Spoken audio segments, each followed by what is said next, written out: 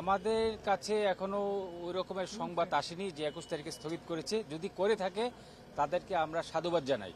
বিশেষ করে এই প্রক্রিয়াটি এখন হচ্ছে হাইকোর্টে একটি রিট আছে, মহামান্য হাইকোর্টে, সেই রিটের নিষ্পত্তি হবে এবং 21 তারিখে হিয়ারিং আছে।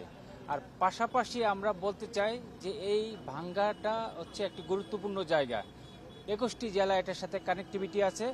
তো মহাসড়ককে আমরা নিরবিচ্ছিন্নভাবে যান চলাচলের উপযোগী রাখবো, এই বিষয়ে আমরা স্থানীয় জনসাধারণের সকলের সহযোগিতা চাই। আজকে আপনারা দেখেছেন যে আইন শৃঙ্খলা বাহিনী সমন্বিতভাবে কাজ করছে।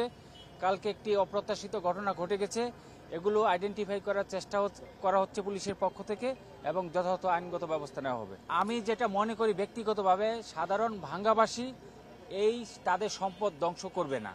এখানে যারা করেছে নিশ্চয়ই নাশকতা করার উদ্দেশ্যে করেছে এবং যারা করেছে নাশকতা করার উদ্দেশ্যে তাদেরকে আইডেন্টিফাই করে আইনের আওতায় নিয়ে আসা হবে এবং পুলিশ এই বিষয়ে কাজ করছে।